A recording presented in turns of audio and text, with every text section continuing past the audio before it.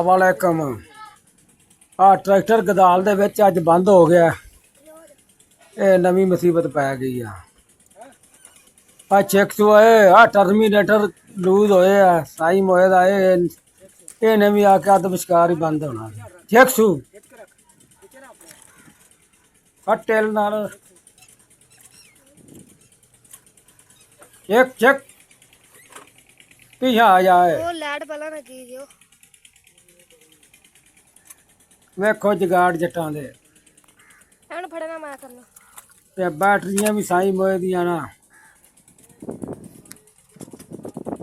ਹਲੇ ਹੁਣ ਨਵੀਂ ਰਖਾਈ ਹੈ ਅਗਲੇ ਦਿਨ। ਆ ਫੜਨਾ ਸਨ ਯਾ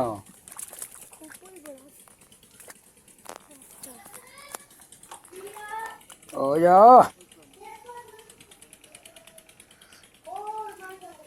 ਚੱਲ ਤੂੰ ਖਿੱਚ ਅੱਜ ਹੋਰ ਨਾਲ ਥੱਲੇ ਕਰਕੇ ਥੱਲੇ ਖਿੱਚ ਤੂੰ ਖਿੱਚ ਥੱਲੇ ਖਿੱਚ ਥੱਲੇ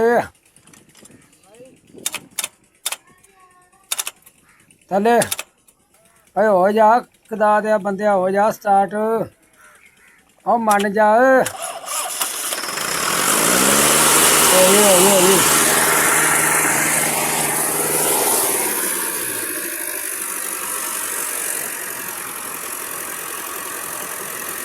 मानी गई भाई लग जा देर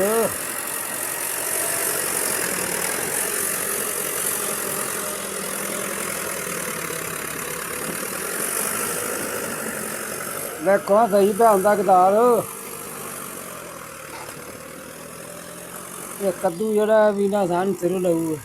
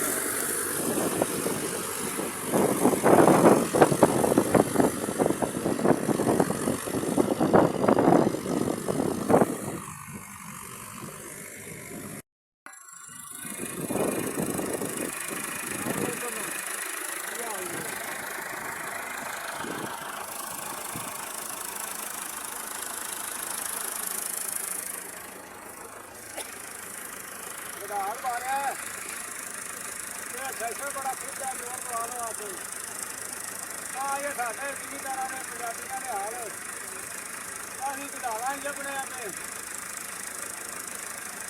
पानी नहीं पूरा चलता पानी दरिया बने।